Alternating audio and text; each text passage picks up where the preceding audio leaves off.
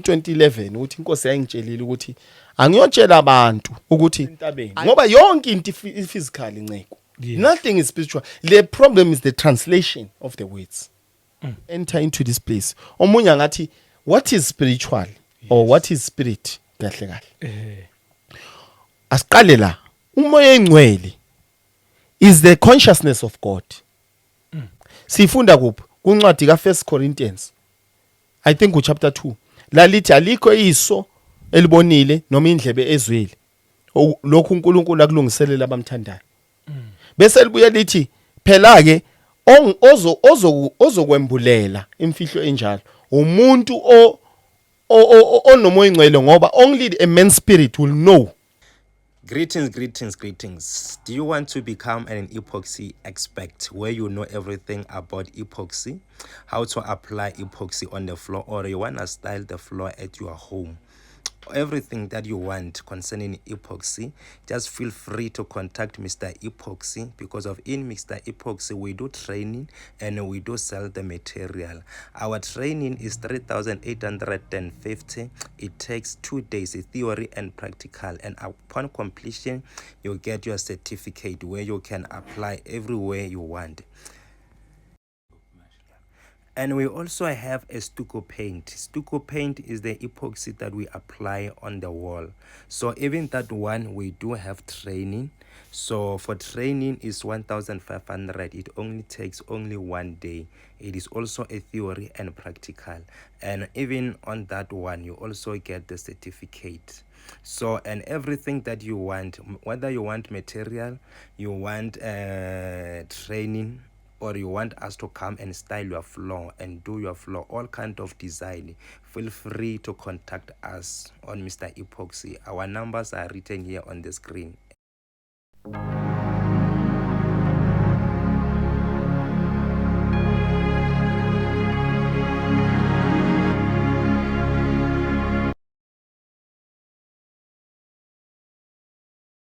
Welcome once again kwiKota to Media. Igama lami ngumduduzi ngwakashabangu. Ake sibonge umpresence kaMoya oNgcwele. Ngaphandle kaMoya oNgcwele akukho esingakwenza. Konke nje sikwenzayo manibona silokhu sinamandla, silokhu siqhubeke njalo. It's because of uMoya oNgcwele, and kubalekile ukuthi simu recognize ngoba sashiwa naye. Sonke bazalwane, ngiphinde nginibingelele eindaweni zonke ezahlukene. Nonke nje mhlawumbe uyaqala ukuhlangana nale channel ngizothi mina ongasashintshi ngiyakholwa ukuthi sothi siqeda la definitely yobusizakele.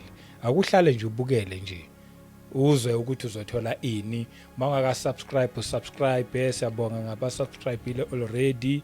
Ukukholisa lo msebenzi siyabonga ngama comments enhlala niwenza bazalwana. Abanye baze basho bathi hayi siya like siya commenta singakabuki ngoba siyazi ukuthi vele sekubukela kuyaphila. Ngempela futhi lana sihlala nje sikhuluma indaba eziphilayo. That's why ngithi indaba ezimnandi ezithinta umuntu kanye noNkulunkulu. Nakuma channel members bazalwane siyanibonga kakhulu nje nikwenza isupport. Siyayibonga inkosi emgcini nibusise. Nabashare lo msebenzi ngizobe ngilongiyisho le ndaba ukuthi ikhona indlela eright yokushare, kube nendlela embi abanye abayisebenzisayo bazazi ikhona impela. Sibonge ke bazalwane namhlanje ngine Nazareth of God la. Umfundisi wami uNjabulo Mathebula. But uthanda ukubizwa ngeNazareth of God. Uma ngabe ukuthi uqala ukumbona namhlanje ukhona uphathi 1 ukubuya uyobheka yena uzokwazi ukuthi uyiqhume kahle sesiqhubeka namhlanje sesaphambili ngoba nje lapha yana kuphathi 1 sesangena nje ukuthi ubani yena but nje ufakaza bulethile buhle ngendlela eyisimangaliso. Siyaqhubeka ke namhlanje uyena futhi waziyo konke nje mina ngakusho but ake sikwelcome kuqala. Amen. Yes. Siyabonga isikhathi sakho.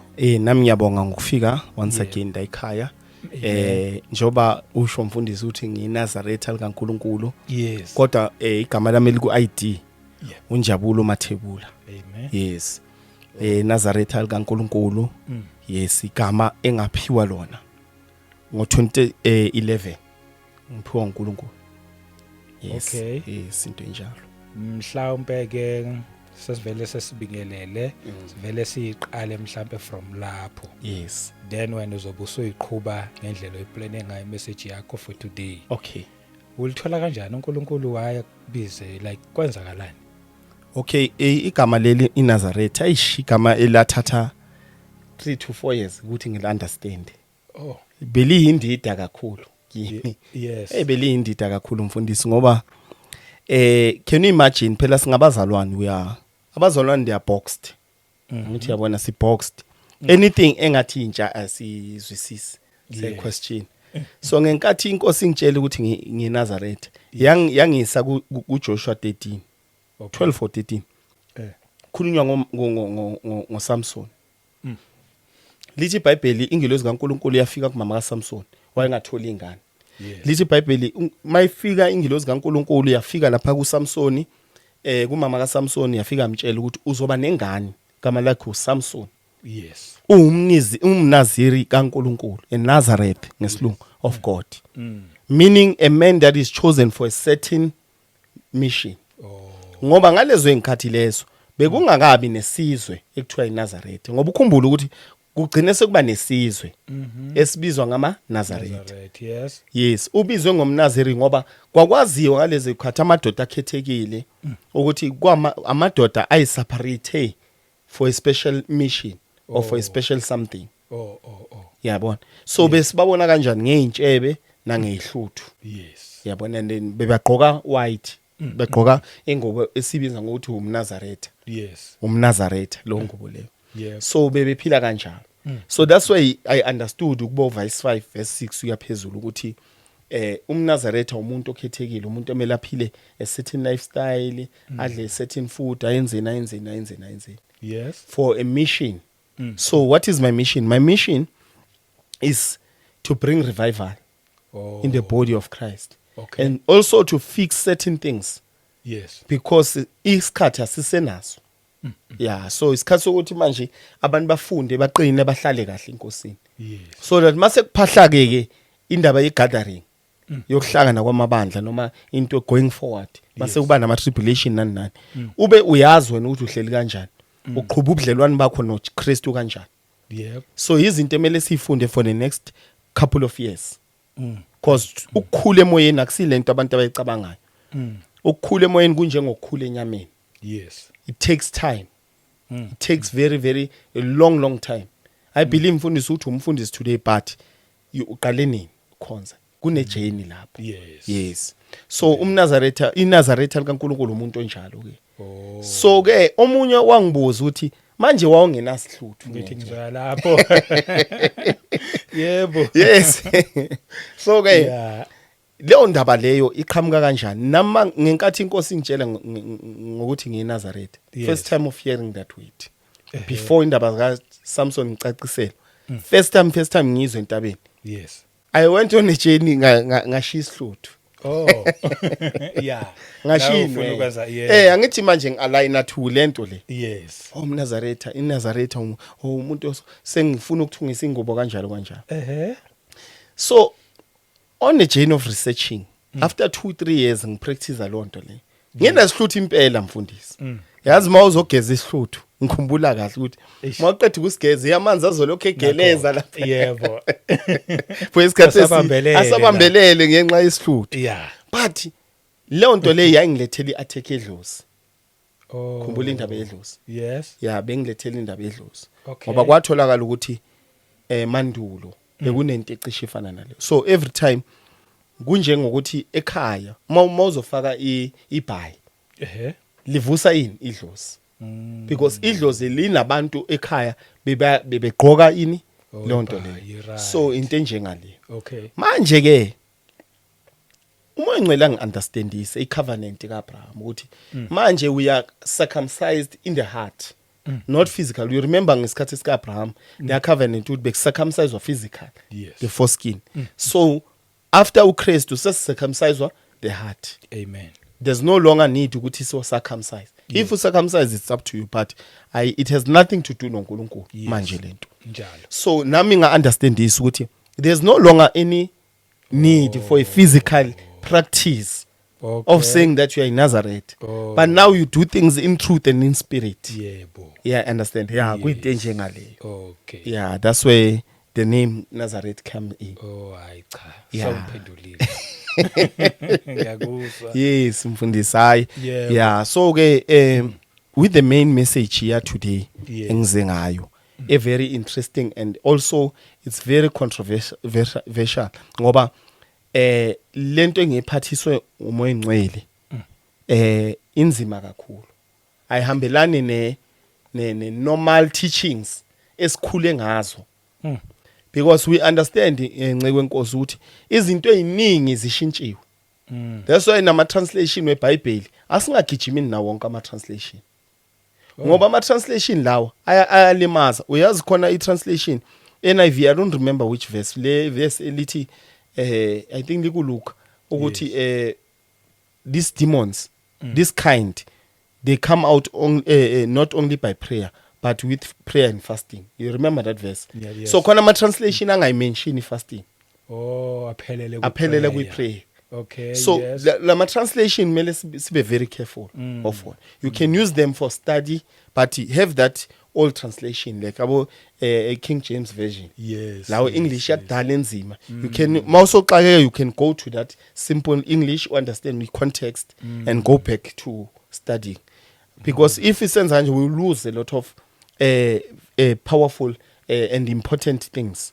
Njengale ngizoyisho namhlanje ukuthi lento iqala kuphi ngayo 2011 ukuthi inkosi yayingitshelile ukuthi angiyotshela abantu ukuthi ayikho into ekuthiwa yi-spiritual and uNkulunkulu was not spiritual from the beginning. Into yabantu eyadalwa abantu ukuthi uNkulunkulu is a spiritual being. uJesu is a spiritual being. Yeah. My- Controversial ngempela. Yes. Okay. Sikhonza isizathu sokuthi ukholo lwethu noma inkolo yethu ibe buthakathaka ingoba we think God is spiritual. And God is not spiritual. God is physical. Heaven is physical. Jesus is physical. Angels are physical. Everything is physical. Manje lithi lapha yana ku John 4, God is a spirit. And all who worship him must worship him in spirit and truth. Sibuyela kuma translation. Translation is a problem. Mhm. Yabo. Okay. So amanye ama translation athi God is looking for those who worship him in truth and in spirit. yes, yes. So that's why ngithi ama translation asilimazile nceke wenkosi. Mm. Why? Because if sizothi uNkulunkulu uspiritual then iBhayibheli liyaziphikisa. Kanjani? Asiqale la. uNkulunkulu wadala uAdam ngithi Yes. wahlala naye ensimini.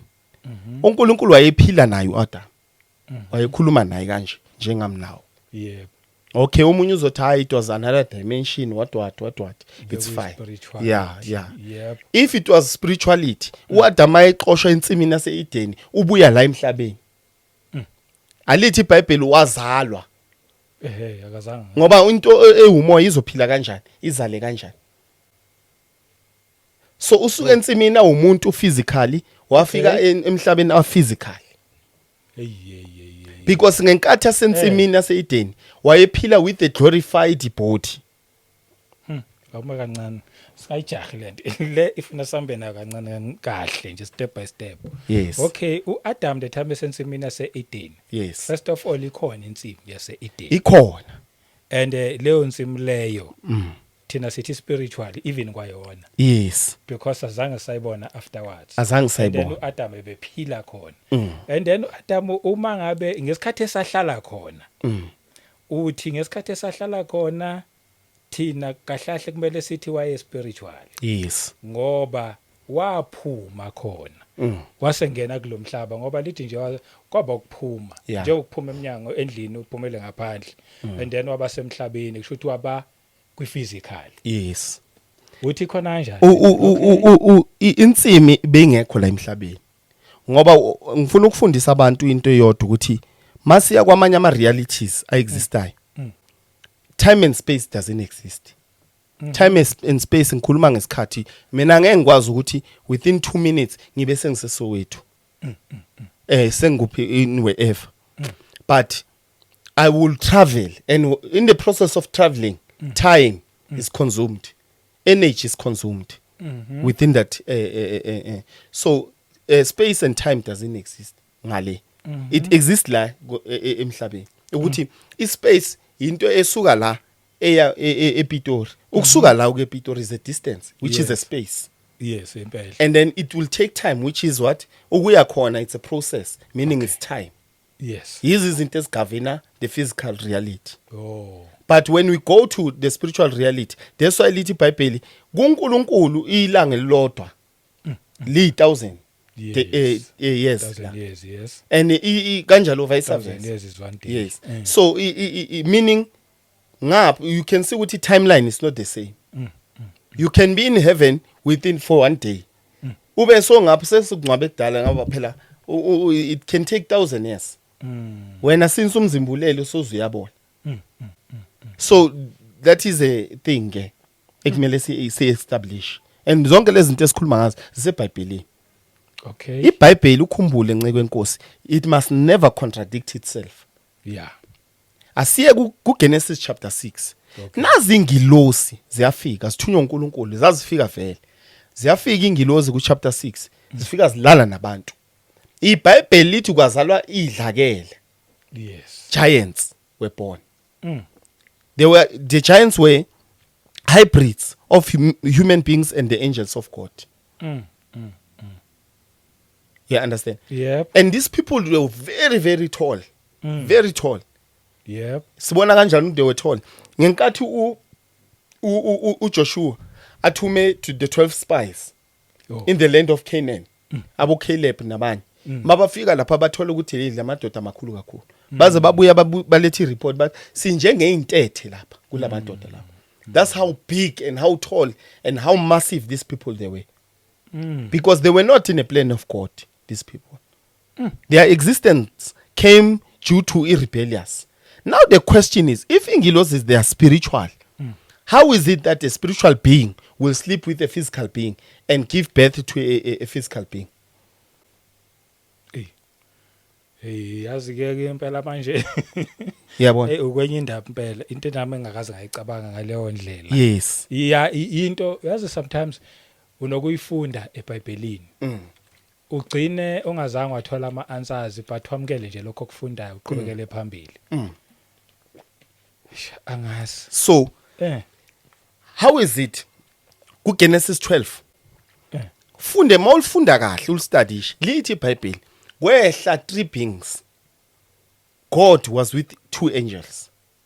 It was God. Lithi iBhayibheli God came down to heaven, from heaven to Abraham. And the 2 angels, they walked to Abraham. uAbraham umuzi wakhe bongale ngase Mamre trees, ngasensimini nje yase Mamre. Indawo enhle that is mysterious. So uAbraham umuzi wakhe wongalapho. Ingilozi noNkulunkulu zeza. Lisho njalo iBhayibheli. Mina ngifuna ukuthi kanjani iBhayibheli lisho njalo. uAbraham wababona, wayebazi labantu. Ngoba iBhayibheli lithi wagijima, wafika wabaguqela. Yabona? Yes. Mayiqeda wazama ukuba offer ukudla zonke lezi zinto abawufara zona. Angithi. Yes. So how do you offer into spiritual while you are physical? Because he offered them food and they ate. Mhlambe omunye angathi hayi kwakuwumbono lowo. Kuyenzeka ubone ubhekile like ubhekile so. Kodwa ubone ingilosi ubone mhlambe wena ungazipha ukudla or zona zikupha ukudla udla. It's a difference. There's a difference between a vision and a reality esukuyenzeka. For example, masibheka le ndoda le uJoel uthi in the last days God will pour out his spirit on all men. Yes. Your sons and daughters will see visions. Yes. Yabo abantu abadala they will dream dreams. So that is a clear distinction between a vision and a physical event that is happening. So asike sithi ke umunye uzosho kanjalo it's fine. Chapter 13 uNkulunkulu ubuyele emuva ngoba waye ngithi ubuyele emuva sekusele lithi iBhayibheli sekusele ingilozi ezu2 ezasuka kaAbraham zaya kuphi kuLot. uLot wayehlala eSodom and Gomorrah. And uNkulunkulu wayithumele ingilosi ezu2 ukuthi zo destroy Sodom and Gomorrah. Mayifika ziyonqonqoza emzini kabani kaLot. Zibonwa abantu emphakathini abantu bafuna ukulala nengilosi. Remember ukuthi people knew ukuthi if you sleep with the interdimensional beings, they will give birth to giants. yabo. So they wanted to sleep nengilosi zikaNkulunkulu to the point ukuthi uLord was offera indodakazi yakhe in protection of the angels.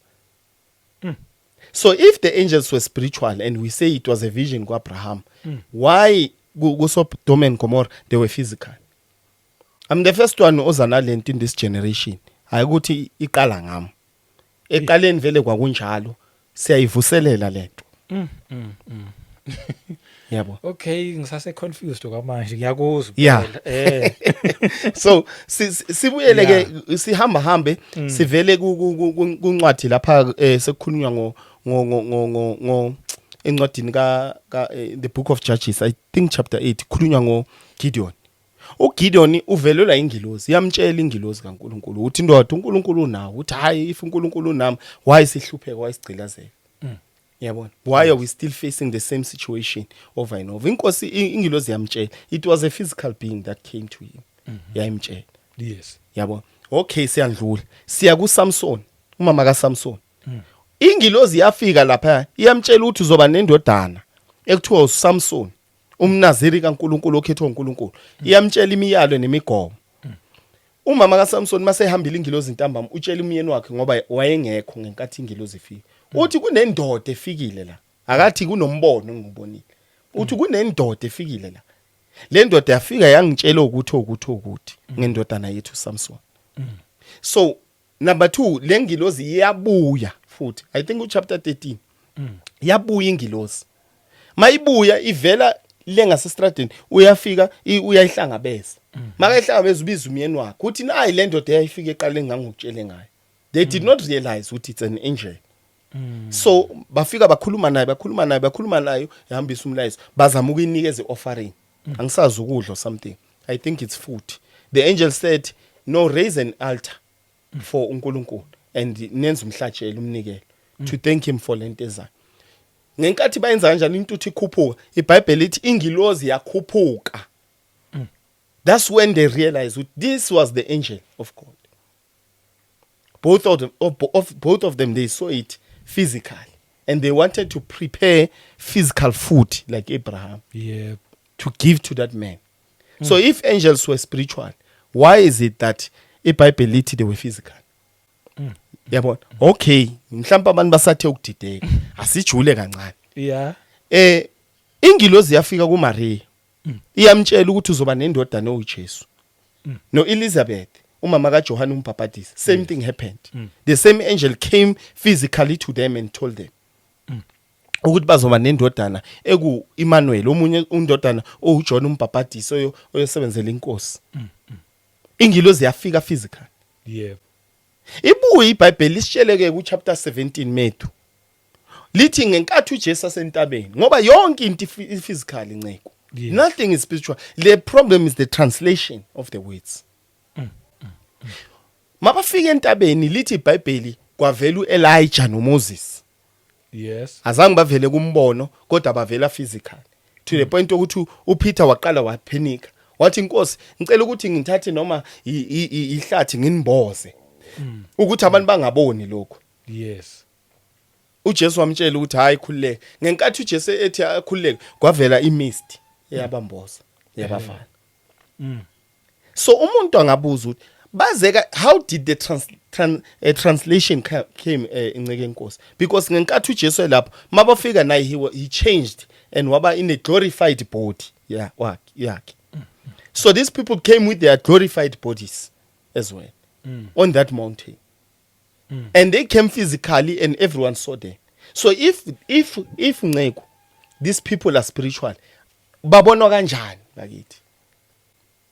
Hayi ukuthi naye loyo usuke spiritual ukuze azobona oku spiritual. No, uPeter bengeka be concerned ukuthi abantu bazobona.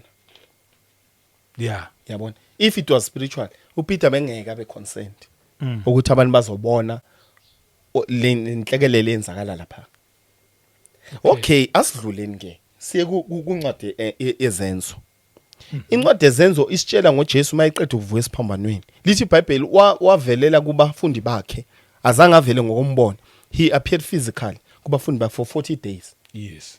yeah kuleyo 40 days makaqeda ukuvuka esiphambanweni wavela kubo physical into oqala nceke inkosi uJesu died physically Yes. and his physical body was there on the cross Yes. but the spirit man which is Jesus went to hell angithi wayokhulula abantu bebaboshiwe lapha wayothatha ihluthulelo zokufa nasihayidesi wakhuphuka nabantu ngenkathi ebuya physical iBhayibheli lithi kwavuka abantu abafile yazi ngithi la Yes. kwavuka abantu abafile abantu abafa kudala bavuka physical Yes. Babonwa futhi. Babonwa betradi, umphakathi. Yep.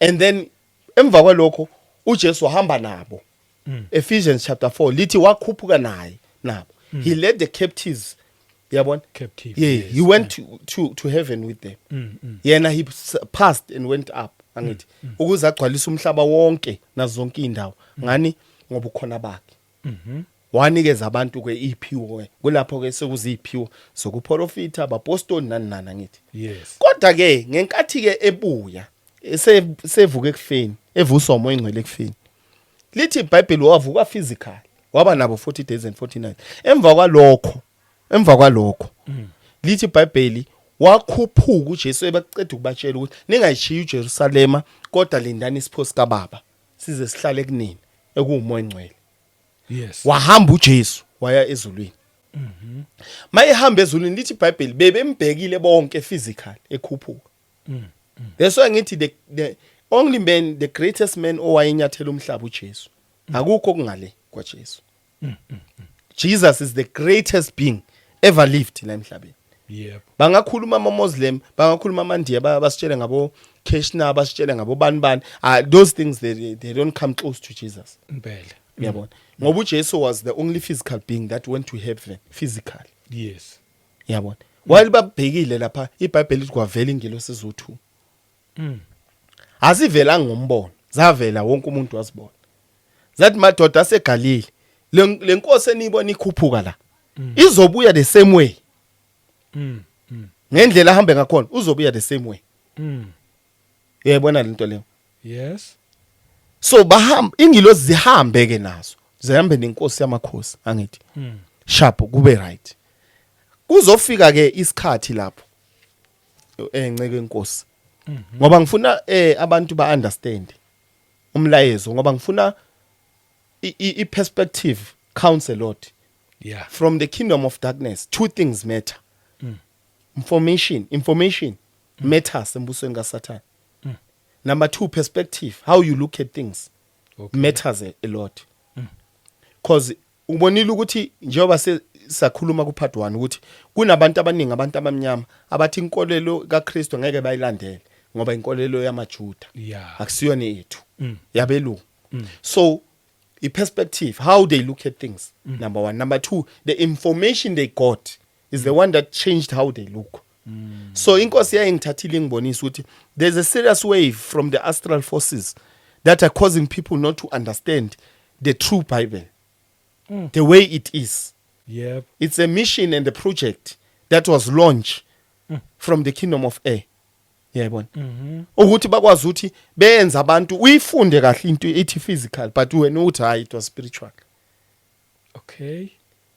yilento ukudeprive abantu information ebalekile Yebo. ekumele izi basiza abantu ishintshe ngendlela kwenzakala ngakhona nezinto ezikhona so so ke siyabona ke lapha yana iBhayibheli lisitshela ngesambulo chapter 21 Yes. lithi iBhayibheli kwisambulo emva kwayonke lento kuzoba nomhlaba omusha nezulu elisha Yes. yabona then uNkulunkulu uzokwehla ngeJerusalem aningitsheleni ke umuntu owumoya wehla kanjani in the physical world ngoba lithi iBhayibheli uNkulunkulu uyoba ilanga lethu ngeke sisadinga langa la uyoba ilanga lethu day and night ngeke kuphinde kube nendlala nokukhala nokugedla kwamazinyo nakho konke sizo exist in one place with God so if the Bible is truth it means God is physical Jesus is physical the angels are physical everything is what physical but now we want to enter into this place omunye ngathi what is spiritual or what is spirit kahle kahle asiqale la umoya engcwele is the consciousness of God.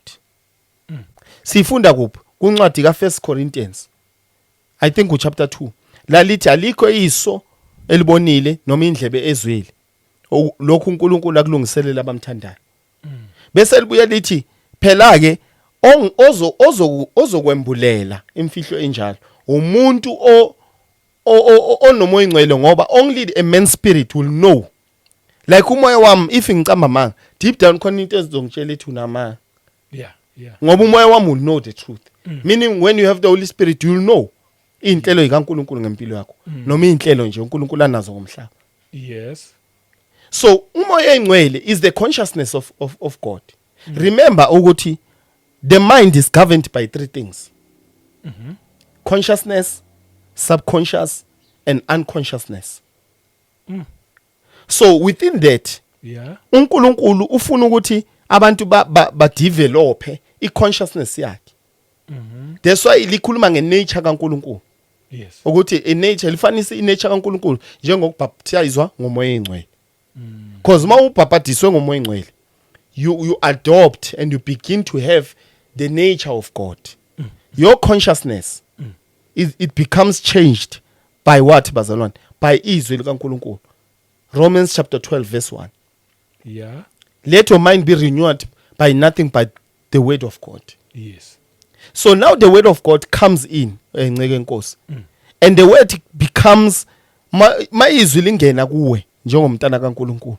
Lingena kuwe liyenza umsebenzi omningi, ngizochaza nje in a short space of time. But sisafuna ukuqeda indaba kaMoya Engcwele. uMoya Engcwele uyi consciousness, once the best kaNkulunkulu. When you have the Holy Spirit you fall in love with Jesus. You fall in love with Jesus. Yes. Akekho Nceku umuntu ongaba noMoya Engcwele.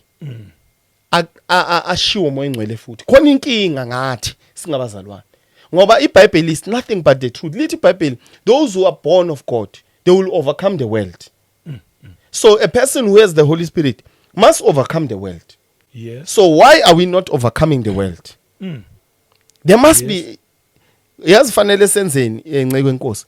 Asike sihlole, asike sibhekeni lento. Yes. Singayingeni ngoba naive, ngoba umunye umuntu uzofika athi hayi lo muntu ukhuluma into engeke azama ukukhuluma ama scriptures, azama ukuphikisa lento, kodwa eyibona nayi evidence ukuthi iBhayibheli nali liyasho ukuthi ingilozi zezi physical. Yabona? Yes. Labantu laba ba akha iBabylon. Till today phela sazi ukuthi why uNkulunkulu achithe labantu. Kodwa siyabona ukuthi if izulu belikumoya, why uNkulunkulu eyachitha labantu la.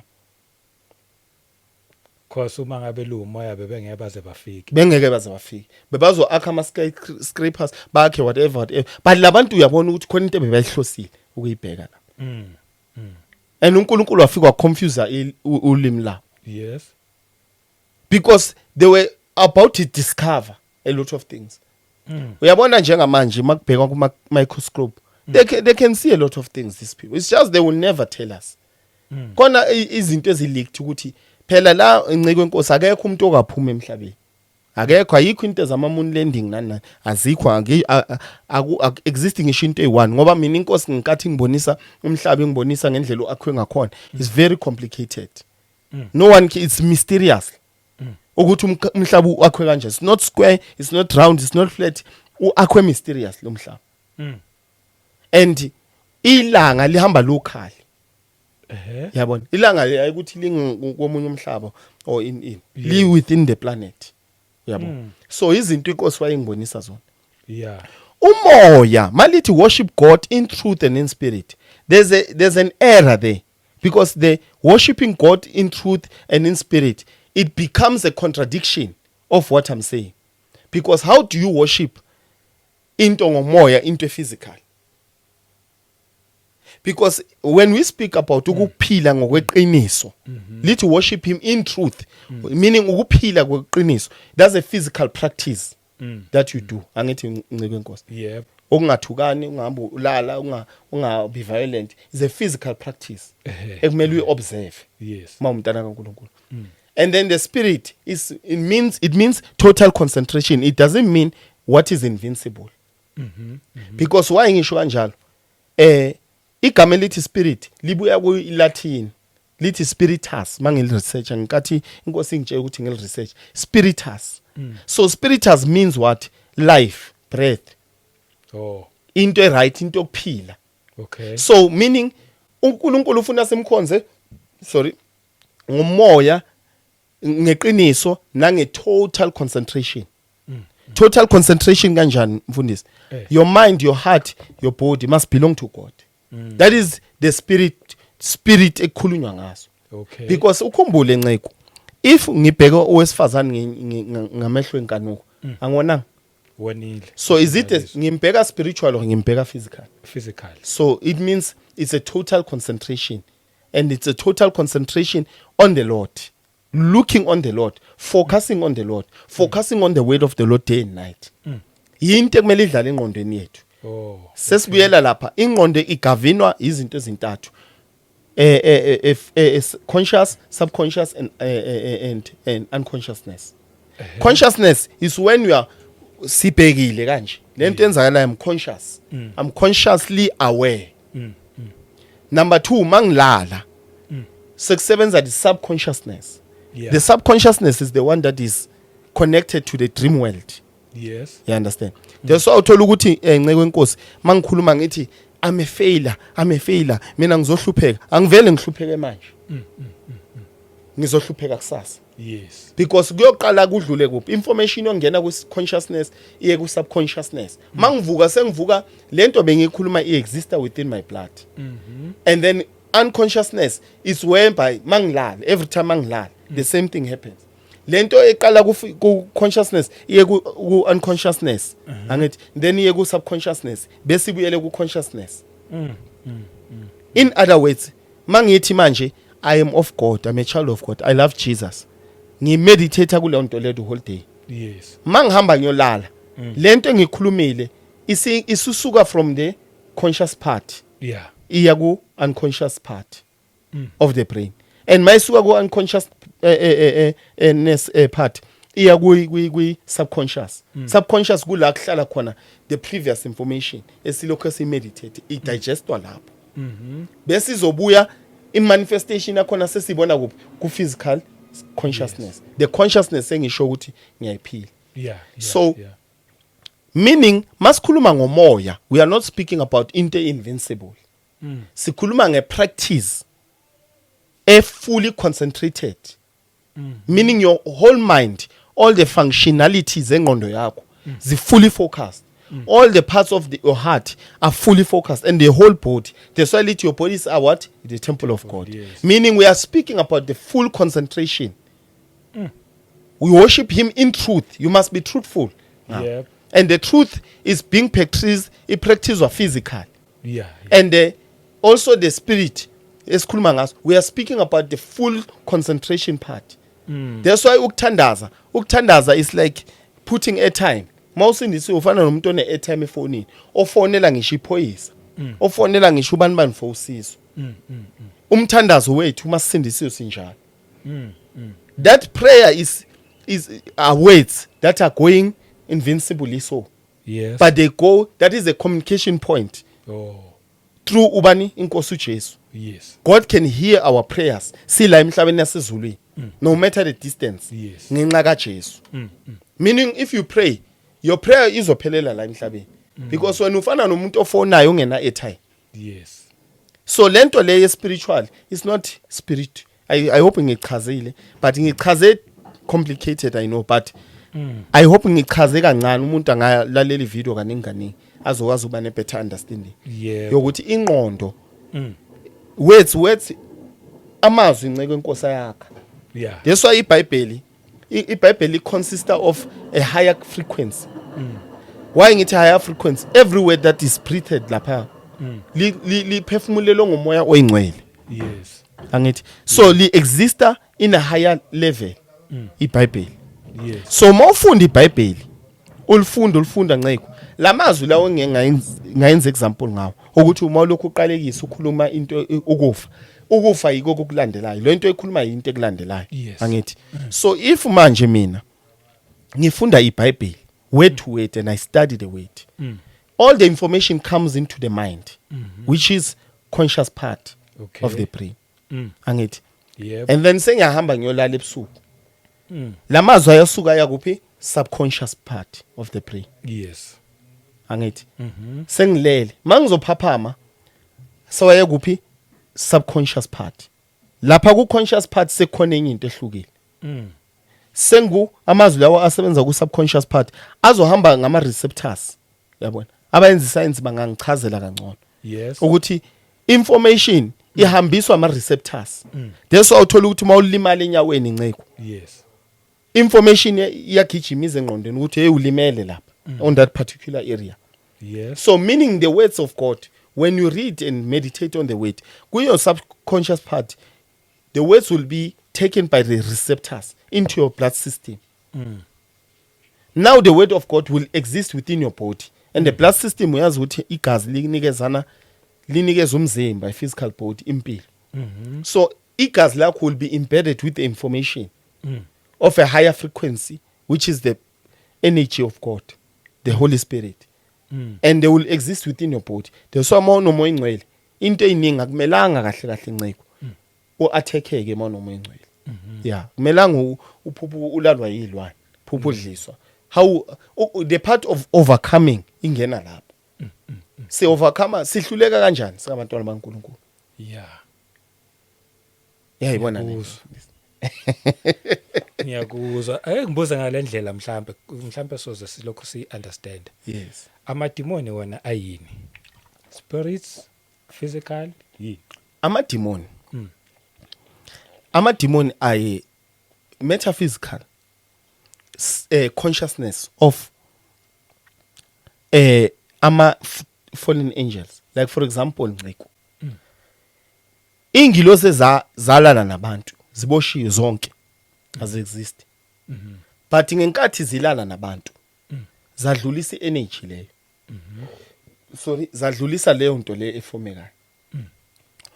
Umoya engcwele uyabona ke ngenkathi uNkulunkulu azodala umhlaba. Lithi iBhayibheli umoya engcwele wayeselapho eHuvara ehamba phezulu kwamanzi. Right? You remember it? Yes. Meaning the creation of the Holy Spirit is done by the consciousness of God. If you understand what it is. Okay. Yeah, the same thing eyenzakala nakumadimoni. The projection and the existence of amadimoni akhona emhlabeni. Angithi masenza isono sidala imimoya emibi. Masenza isono sidala amadimoni ukuthi exist la emhlabeni. So the creation of amadimoni as from that point. And also mawufunda kuncwadi ka Enoch ngiyazi ukuthi ayikho eBhayibhelini but it's part of the Bible. Iyakhuluma ukuthi the creation of umoya omubi khona yilama giants lawo umphefumulo walama giants lawo existed. Phela siyazi Nceke ukuthi there were many projects that existed. Okay. Yeah. Ake swayeke lawo. Ake sithathe lapha ku Revelation 12. Yes. Phela I think ku Revelation 12. La khona lithi khona uDrago walahlelwa emhlabeni. Yeah. And walahlelwa nalezi ingilosi ezawa. And siyazi lezo ingilosi amadimoni. Ziyini zona ama spirits noma yini? Because asimbona uDrago but uyiliyashe iBhayibheli. Igama lika Drago Satan. Yeah. Shouthi uSathane namadimoni. Bayini? Yes. Okay, what happened? Asiye ku Revelation 12. When we do a study, Revelation 12 ihambelana nezwi uJesu ayikhulumile lapho kuMetongs. I don't remember. Atshela ama disciples that for I saw Satan falling like a lightning. Yes. Angithi after impi emkhulu yasezulwini uSathane wawa phansi. Kodwa incwadi kaJude ithi zonke ingilosi ezashiya ama position wazo ziboshwe uNkulunkulu zilindele ilanga. Angithi iBhayibheli liwabiza ngama celestial beings. Yes. Yes, incwadi kaJude. Ithi zonke all the celestial beings that were sent and they left their positions were arrested and they are waiting for judgment. Okay. The only being that was roaming around is the devil. And the devil gave birth to kulamadimoni nawo exista emhlabeni. Ayini wona? Ama spirits ayini? Amadimoni akho hey lento ejulile. Lokhu kuningi mfundisi. Ngoba you can see ukuthi kuneingilosi eziphysical ezabantu. Khona ingilosi eziyilwanyana. Angithi yabo. Yeah, ngazi kanjani. iBhayibheli lithi let us learn to entertain strangers. Yabo. Okay. Because sometimes we entertain neingilosi. Ngeke uentertain into eyisilwane. uzoentertain umuntu. And then masiya ku Ezekiel yasitshela ukuthi ezinye ingilosi zinobuso obu4 ezinye 2 kanjalo kanjalo. So masingangena kuleyo part mfundisi sothatha isikhathi because lento ekuthiwa ama aliens ama demon they come from another planet kanjalo kanjalo. Because iBhayibheli lonke lichaze zonke izinto. Yithi nje sibypassa yonke lento. uSatan mayizoqala umkhakha wakhe. Remember ukuthi after they created the hybrids, ngizothi ama hybrids lama giants lawo, they did a lot of projects within that gave birth to ama demon nemoya maybe. And uSatan wa creator technology that is very advanced. Because inceke enkosi if ingilozi leza zazi exista la bengeke sikwazi ukuphila ngoba those angels were very serious. Ingilozi ezazikhona ukudestroya zenze yonke lento. Ngenkathi ziwona zazifundisa abantu astrology, ubuthakathi, numerology, zonke lezo zinto lezo. Ama weapons, zonke lezo zinto ubuthakathi baqala lapho. Zonke lezo zinto lezo. Abo Lilith bonke labantu uLilith kuthiwa wawumfazi one of the women abalala nengilosi who and when God punished them he said that they will roam the earth. Umoya waba ngeke uthola ukuphumula. That's where the demons and the evil spirit come from. But in a higher level, in a higher reality, we also have demons that are outside this planetary system, that are existing from outside. And those demons, ilawa uthola ukuthi mawadla, fanele abantu bakhale empilweni. Kumele create izimpi so that they will continue to eat from that point. They eat the energy, and some demons they consume gas. Some demons they consume umzimba wabantu. So it's a vast conversation in masingangena kuyo. Ukuthi demoni liyini, but akhona ama demoni okwama demoni omoya owadalwa elama giants namanye ama hybrids. You understand? Okay. And then khona nama demoni azibiza ngama abizwa ngama angels. They also demons. Okay. So, yes. Okay. Ake sibuye mhlambe swayeka ama demons sibuye impela kuwa ama angels. Yes. Elithi iBhayibheli siwa entertain ngoba by so doing sometimes entertain ama angels singabonanga thina sijela thabantu. Yes. But laba bantu laba yebo impela qinisile ufika ubona umuntu lokho ukuthi angafike futhi akhulume something ozothi maye sehambile uthi hayi man lo muntu uthethi mawusuthi angifuna usamtholi. Awusamtholi, yes. Ubona ukuthi hayi kushuthi mhlambe bekuyi angel leya bengesuye nomuntu. Yes. Lento yenza ukuthi ungabe usamthola after akuchaza ukuthi lo muntu uspiritual but ngaleyo period leyo usuke ephiwe ukuthi fana nomuntu ngalesikhathi for this purpose after lapho futhi uphinde unyamalala. There's a lot nceku that is happening la emhlabeni esingakwazi. They are angels that are existing like human beings la emhlabeni. Yabo.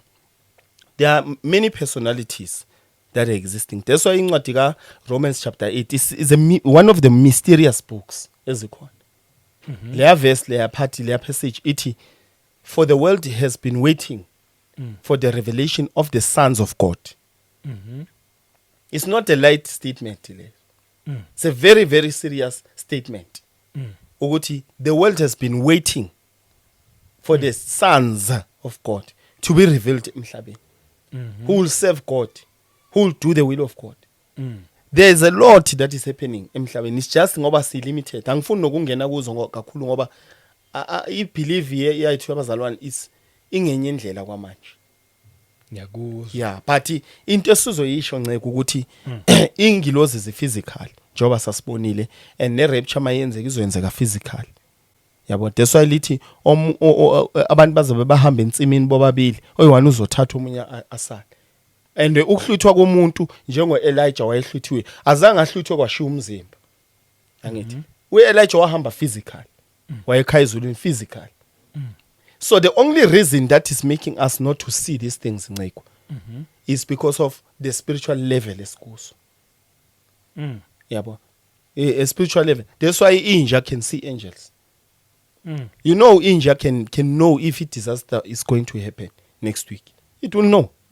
If kuzoshona ekhaya the dog will know. Animals will know. inja can see your soul before thina sibona ukuthi awusaphefumula.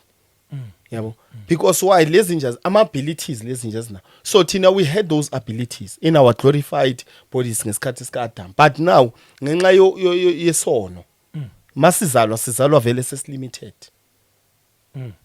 That is why ngithi ayikho into ekuthiwa spiritual. The only problem is thina we have lowered spiritual levels.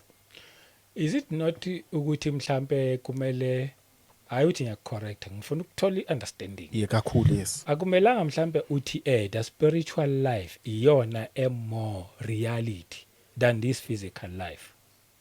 If kunjalo it will contradict the Bible. Elithi izolo lizoza physically. New Jerusalem will come down physically. Ezophikisa izwi elithi uJesu wakhuphuka ezulwini physically. Zophikisa izwi elithi ingilozi zavela physically. Zophikisa wonke ama verses akhuluma ngokuthi ingilozi zazi physically. Zahlala noAbraham ingilozi za discuss indaba seSodom and Gomorrah. Yakhumbula? Yes, impela kukaningi khona ama angels ethunywa. Siyazi ukuthi futhi uGabriel uyena imessenger in most cases.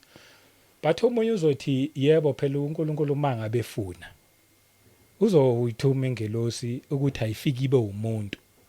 Ngaleso sikhathi afterwards mayisiqedile that mission inyamalala. It means that is spiritual life. But for that reason ngaleso sikhathi impela kufika umuntu nje afika ngene ahlale njengoba siqoqwe nje. But after seqede nje lo mission asimazi yophelela kuphi. uJesu maka ezulwini wahamba with a physical body. What happened with that physical body if heaven is spiritual? That's why ngithi mhlambe is it not a spiritual life yona ke impela the real one compared to this physical one? No, the only planet that is governed by time and space is Earth, and everything that is within the planet Earth. But anything outside the Earth is not governed by anything. Meaning God, our Lord Jesus can appear and disappear anytime he wants. Yes. Because he's not governed by the same rules mina now is governed yiso. Okay. You understand? The rules that the principles zomhlaba. Wena ukwazi ukunyamalala because of what? Isigavinwe yabona into efana nabo ma gravity. Yabo. Bona they are living in an advanced civilization. And they are advanced already. That's why even Moses appeared. Because when Moses appeared, he appeared, but he appeared physical, not in a vision, on the mountain. And when Elijah died, he was taken by the Lord physical. And the mandleli yakhe yona yayisele lapha. But the physical body, so umuntu ozothi izolo spiritual, umzimba lo wow exista for years and years ka Elijah ushone phi unyamalele kanje kwenzakaleni ngawo. Because he was taken physically by the whirlwind. You remember? Inqola yasezulwini. Yes. Kunjalo. Advanced inqola endizayo. Even khona mawulapho futhi even Enoch ngoba phela wavele nje wahamba. NoNkulunkulu. Yes, wahamba nje yakho ithuna lakha laziwa wahamba. Yes. At least uma ufunda ngoMoses siyathola ukuthi isidumbu sakhe uSathane wakwasibanga. Okusho ukuthi khona lapha esasikhona isidumbu. But uEnoch asithola isidumbu, uElijah asithola isidumbu. Yes. Lapho siyathola. Yes. Futhi i-challenge ngempela lenkulumo zanayo ngoba even nokubuya ke kwakhe uJesu Kristu ke umesebuya. Okay, ngesikhathi ephila after sevukile bambona but not everyone. Not everyone. But laba abaphi ukuthi bambone. Kodwa lithi ukubuya kwakhe wonke amehla yombona. Ayobona kanjani spiritual? Wonke amehla.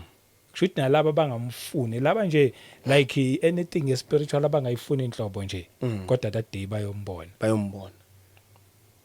That's why ngithi challenging ngaleyo ndlela leyo ukuthi so wena ngendlela oyibeka ngakhona akumelanga engabe sithi khona life ekuthiwa spiritual bekumele yonke siyibize physical.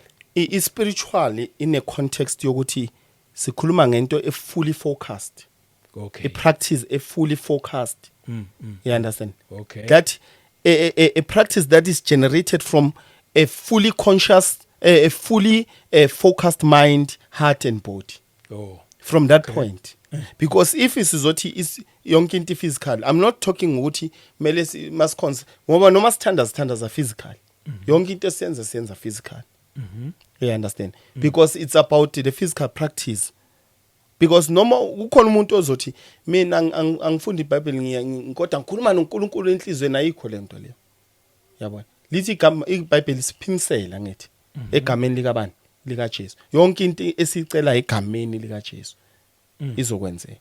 You understand? So meaning angeke uamukele uJesu ngokwenhliziyo uthulile uthi ungamvumanga ngomlomo wakho. You understand? So ngikhuluma mangithi spiritual sikhuluma from that context. Spirituality masingathi into invincible engabonakala. Okay. Yabo? Into generated from a higher consciousness. Yabo? In summary. Okay, mhlambe futhi ake ngibuze this question. Umethu Joel ngalesi sikhathi sesikuzo, because these are the last days. Yes. Your sons and daughters shall see visions. Your young men shall see visions. Your old men shall dream dreams. Right. Laba babona imibono. Yibo labo thola ukuthi mhlambe umuntu angathi worshiper avela be caught up. Ahamba bone. Aphinda buye back esethi bekade ngisezulwini mhlambe ngabona ingilosi mhlambe. Then kusuke kwenzakalani lapho? Okay, khona indawo ekuthiwa spiritual world. Right. It does exist. How God created it and where God created it counts a lot. Yeah, iBhayibheli lapha ku Ezekiel chapter 8 lithi ngikhohle verse lithi uEzekiel wathathwa ingilosi eyambeka in between heaven and earth. That's the location of the spiritual world. While his physical body was laying down on the ground, his spiritual being was taken by the angels through visions. And he was taken into that dimension that is between heaven and earth. That's why ngiyamkhuza umuntu ozathi I entered into the realm of the spirit. Ngiyamtshela awuyazi lento ekhulumayo. Because that part of the world, it is a part that was built on the consciousness. Yabona it's a indawo ephila ngokwe consciousness. Yona lento esithi umoya, but not umoya lo kuthiwa ubonakala. And that part injenge ngefoni nceke enkosi. Uyabona ifoni ngizokenzela clear example ngefoni ukuthi abantu ba understand. Uyabona ifoni mangokufonela ngiseThekwini wena ula eGoli. Asiwabona amazwi angithandiza athi. Asuke efonini. Mathi nceke unayo imali akuphumi imazwi physical andisa. But lamazwi lawa through transmission to where to in network pole. It can transmit information kanjalo until izifike kuwo. So even the spiritual world imsenzo into enjalo. That's a meeting point between our God and us. You understand? That's where visions, dreams happen. Yabo. Even in a dream, that's where everything happens. Because imibone namaphupho ikhona, akhona. But that's a meeting point because uEzekiel kulapho waboniswa khona. Uyakhumbula uthi uthi ngabe kwakulo ndawo. Kodwa uthi ngabona ibandla elinemfanekiso yinyoka phansi. Itempele yakhumbula expose eboniswa itempele le lama false prophets. Yabona. Kodwa umbono lo kuzofike ubonakala. Wawuqale ngokuthi bamise kuphi. That's why he saw everything from that point. Okay, ayesilande uApostle uPaul.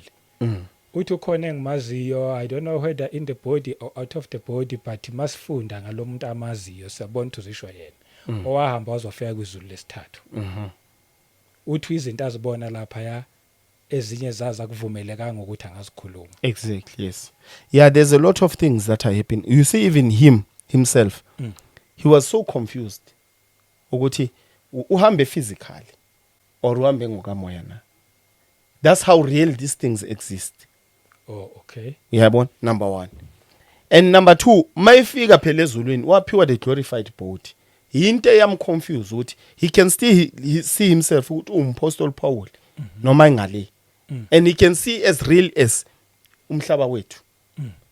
So that's what confused him. Like uyazi ngesikhathi ngikhuleka kakhulu entabeni nenceko.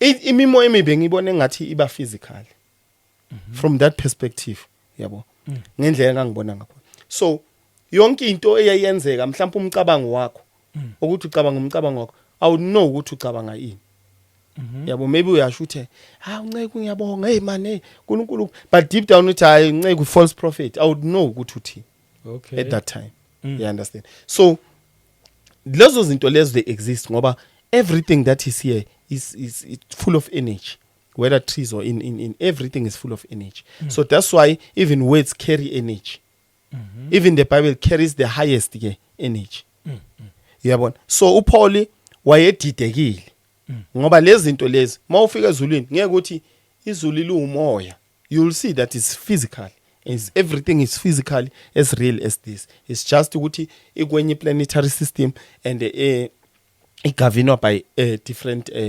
lentos principles Yeah cha uJesu makeza yes time and space will not exist ngesikhathi se rapture it will not exist time and space what will happen la emhlabeni ukuthi uJesu makavela zonke lezi zinto ngeke ziexist because at that time our physical bodies lithi Bible abashonele enkosini bayovuka kuqala angithi yes ngifuna siye naye kahle Yeah. abashonele enkosini bayovuka kuqala yep bevuke physical angithi bamele emkhathini ezulwini khumbula ukuthi labantu basezulwini manje but they will come back into their physical bodies and they will come back into life and bazovuka ethuneni baye kuphi ezulwini yes bese ke kusuke thina ke esisaphila ngaleso sikhathi leso bese sihlangabeza inkosi yamakhosi kuphi emoyeni emafini yep you understand kulapho phela wonke amehlo ayombona everyone will be taken by the Lord physically that's why iBhayibheli lithi kuzabe kuhamba abantu ababili in the field and one will be taken not die and the physical body will remain it says they will disappear they will be taken and one will be left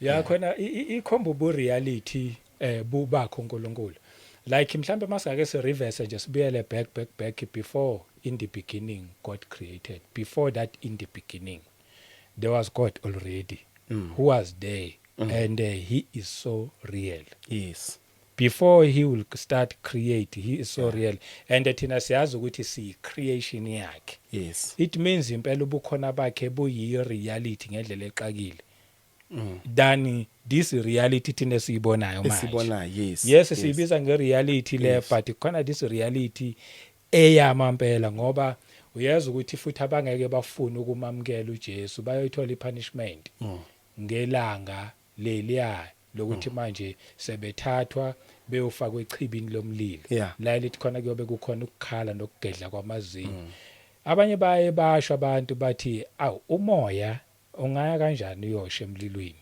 because siyazi ukuthi masingathi salayita la ngeke ushe lutho kunomoya la but masikalayita ngeke ushe lutho yes but ngalelo langa lelo bayobebesha and bayobezubhlungu bayobebekhala bangamkelanga uJesu Christ it shows ubu reality bale life le yes because it's more than this one yes and if isihoko sikhona la in our planet angithi siyazi sonke ukuthi siphansi komhlaba yes it's a physical place it's not a spiritual place it's a physical place that's why awukhumbula ukuthi kwakukhona lama scientist lawo wagubha wayozwa lapha ama voices uyakhumbula la recording ngangayizwe le recording so into spiritual izoyizwa kanjani ngomshini physical these are the things that you must question as a Christian because when you die you will be given a body for ishoko uyosha lapha and when you die uyezulwini you'll be given a glorified body to exist kuleyo timeline leya yabo angithi uyabona njengamanje kulokho you know part of ama earthquakes nama volcano ayenzakalayo angithi siyazi sonke ukuthi ukugcwala kwento kwesihoko lapha sekuyachitheka lento lento umlilo lapha phakathi hey so we all know that yabona ncane Usho ukuthi njengoba nje kuba nama volcano endaweni ezithile it's a sign ukuthi sakugcwele lapha kakhulu so sazogcwala futhi Yeah, it's a physical thing. Yonke into le is nothing is spiritual. You know, if someone can agope the way bayenza ngakhona kudala, they will hear voices. So how do you hear a physical voice? A spiritual voice or physical? It's not possible. That place is serious and it's physical, and it's a place yokulinda. Phela isoko is indawo yokulinda. Lindo li punishment. Yes. Ekweyichibila umlilo. Angithi the final place. Yes. The final destination. Yeah. So into efana nale. Yeah, very challenging and thought-provoking topic namhlanje. Yeah. We need to But, go into study. yes. That's why inceke inkosi before sivala. Yep. Inkosi yayiwone kakhulu. Ukuthi Okay. fanele sifundise abantu lezinto. And number 2, we need to restore the church. The church plays a huge role. Kunabantu abathi mina ngisakhonza sengihlele ekhaya. It's not, of course, it's not the will of God. Ukuthi umuntu angakhonzi. There's a reason why uSatan attacked amasonto. uSatan is very, very wise. The reason why attacked amasonto is to discourage vele abazalwane from going to church. Ukuthi bahlale ekhaya. Because if the churches don't exist, the 666 will come into effect. Because they cannot raise that man to come and sit on his seat due to the Holy Spirit that is working in this world. Yeah. So the day I gathering, ya 2 or 3, iphela. That's why ngoba umoya ngcolo uyohlala kuthina ngithi individual. Yeah. Ngeke because uma uthandaza la uwedwa awenzi so much impact la emphakathini. Ngokamoya, yabona. Yes. Awenzi that energy le presence kaNkulunkulu ayandi kakhulu. Yep. Kodwa mase u10 sihlangene la. Yes. Umehluko bamkhona, bamkhulu. So a church has been playing a role in preventing. These are the things that the Lord has shown me. They are not written in any book. These are the revelations that the Lord has shown me. Yes. So nganqena nceke inkosi last year ukukhuluma lezi zinto ngoba ngabona kakhulu ukuthi egcwele ama revelation. Oh, okay. So people will say no, he's part of, Yeah. the nonsense ekhulunywa. So Yes. we understand nceke ukuthi the purpose and the sole mission ka Satan is to destroy the church. Once he destroys the church, I'm telling you nceke inkosi. And number 2, okokuqala uSatan wa destroy ibandla lokucela umoya engcwele. Inkonzo yokucela umoya engcwele zingakho inkonzo every Sunday hayi eziworshiphayo, hayi ezidumisayo, ngithi ezicela umoya engcwele. Yo. Ungathola ukuthi nceka ukahlangani nje kwayo nana ezothi asiceleni umoya engcwele, sincenga umoya engcwele asehlela. Wayebatshelile uJesu niyayishiya eJerusalem until umoya engcwele anehlela. Wayengathi uzonehlela once kuphela. No. Ucela umoya engcwele is part and parcel because wona every day. So umoya engcwele uzokushiya every day. Uyawucela ukuthi uhlale. Ngoba kune prayer of repentance, kune prayer yokumaintain, angithi. I-repentance of maintain, ne-repentance yokungena ebukhoneni bikaNkulunkulu. So lena yokumaintain, no one is perfect, no one is holy. So umoya engcwele every time you have to build a relationship with him. Yes. Through seeking the Holy Spirit, worshiping and giving him praise. So Satan wayivala lo nkonzo. Siyabona kunendumiso enkonzweni. Siyabona kune worshiping enkonzweni. Kodwa umoya engcwele awucela. Yabona. Ngiyakuzwa. Yeah, so izinto ezinjalo. So we are building a church nceke inkosi in closing. We are building a church that is fully Christ centered, and we desire ukuthi nceke zenkosi zisijoine. It's not my church, it's a church ka Christ. Yeah, understand. Okay. I'm just the leader, but we would like as this join. We will teach them how to pray, how to do this, because the power of God is no longer active in the house of God. We see ukuthi angeke ngizo umuntu asuke eCape Town ayithembisa for deliverance. Anibhekeni kahle lento. Wrong. Fanele mofuna deliverance uye ku any local church. Yeah. Ube delivered ngempela hayi into okudlala. Ube delivered ngempela. So these things are happening. Khona manje we have people from my who come to my church from far. Yeah, understand. It's not right. Let's teach nceke ukuthi how to obtain the spiritual power of God, the anointing of God, obtain kanjani, so that the work of God will become easier for mina nabanye abantu abasenza ngedeliverance yengeqiniso. And asivumelekanga ukuthi sithengise. Inceke mazeke ukuthengisa ama oil namanzi. And ezekela ukucharge abantu for umthandazo. I wrong leyo nto leyo. Amen. yeah irong kakhulu Nceko. So ke siyabonga kakhulu nange6 ke Nceko sinomthandazo a healing service night prayer AYMCA community hall lapha eOrlando East 6 bani ezikaMarch oh nge6 ezikaMarch sinomlindelo omkhulu laphana. Ngicela ukuthi abantu balethe abantu abagulayo, okay, abantu abanezilonda emzimbeni, abantu abanjani njani abangilandela kakhulu ku TikTok babonile imisebenzi kaNkuluNkulu enzekayo, abantu bephila. Khona usisi wasePitori ngamkhulekela wayengakhona ukuhamba Nceko, ngamkhulekela waphila waba right. There's a footage yakhona. So the catch is last sisi said I must never post. Ngai posta ne without permission yakhe because I had the mindset ukuthi naye uyafuna ukudumisa uNkulunkulu. yebo Yabo atshela abantu ukuthi ubani umphilisile. oh So ngenkathi ngiposta ama colleagues wakho mayibona umcontact uthi hayibo kanti uthandazelwe njengoba uphile wangicela ukuthi ngiyisuse. So it was her right ukuthi asho njalo. Yeah. So I removed the V. But those are the things, few things that the Lord has been doing. We can't post everything, but God is doing wonders. And Nceko baba wami zingakwazi nazo ukuthi zilekelela abantu kanjalo. Fanele zifundiswe kuphela ukuthi senza kanjani. So I'm here for that. I'm here for praying for people abantu abafuna ukukhula emoyeni. We have a group WhatsApp njoba kulosihlanu njena namhlanje siyathandaza hour after hour in our group. oh Yeah, siyathandaza hour after hour from 8, 9, 10 until 12 we are praying, seeking umoya ngcwele. Yes. And in seeking the Holy Spirit a lot of things are happening. So if they want to join the WhatsApp group, only those who want to build a relationship with God, they can join us. It's free of charge. We don't charge anyone. okay ku TikTok utholala kubani ubizwa ngani? Ngibizwa Nazareth of God TV.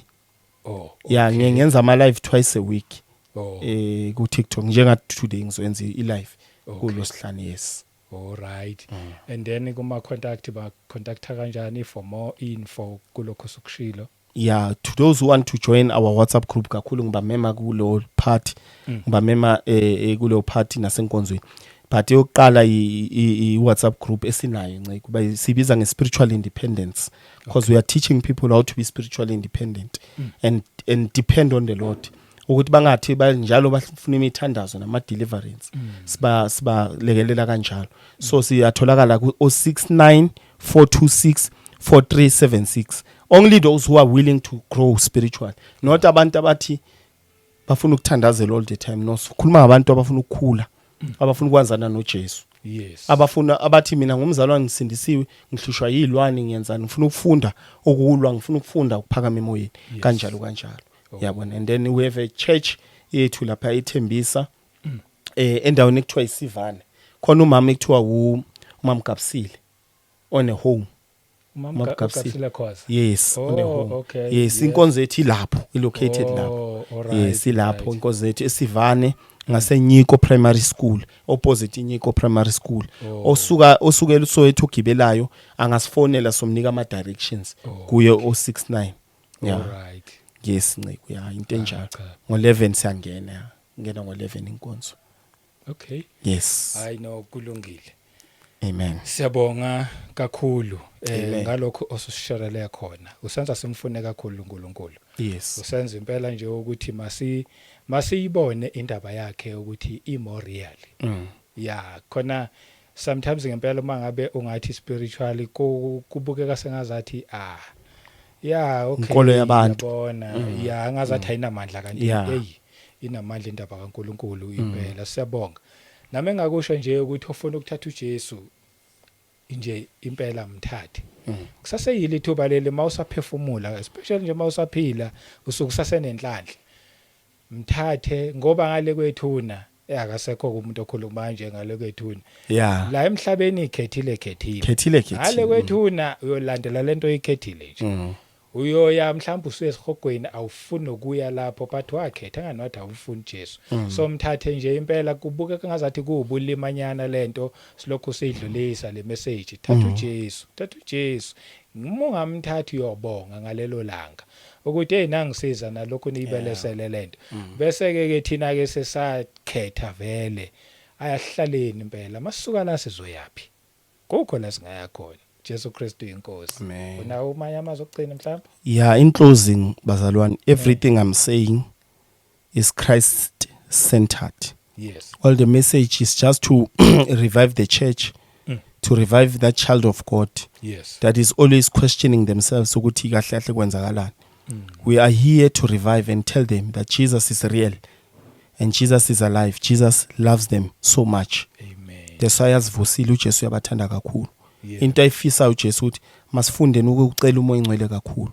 Yes. Simthandeni bazalwane. Ngoba after 2030 a lot of things will happen la emhlabeni. So isikhathi asikho that much. Into ebalekile ukuthi umuntu mayekhule manje Yeah. la ekhona. Yes. Egameni kaJesu siyabonga. Amen. Siyabonga. Ngomusa wenkosi uJesu Kristu siyabonga kakhulu Nceko isikhathi sakho sabonga nje kakhulu. Ayiqhubeke inkosi lokho ikusebenzisa nje ngempela kakhulu ukhuleke na next time abu ufuna usithinte futhi uphinde ubuye makuna something ofuna ukuzosharela yona. Ufuna nje ukuthi sithi ukugqila ke sicabange ke sibuyele emabhayibhelini ethu. Yeah. Impela hayi siyabonga kakhulu. Thank you. Siphinde sibonge nakunini emakhaya abazalwane inkosi ayigcine nibusise. Senithanda indlela esimangaliso ngomsa wenkosi uJesu Kristu. Asiphinde sihlangane kwivideo elandelayo. Amen. Amen.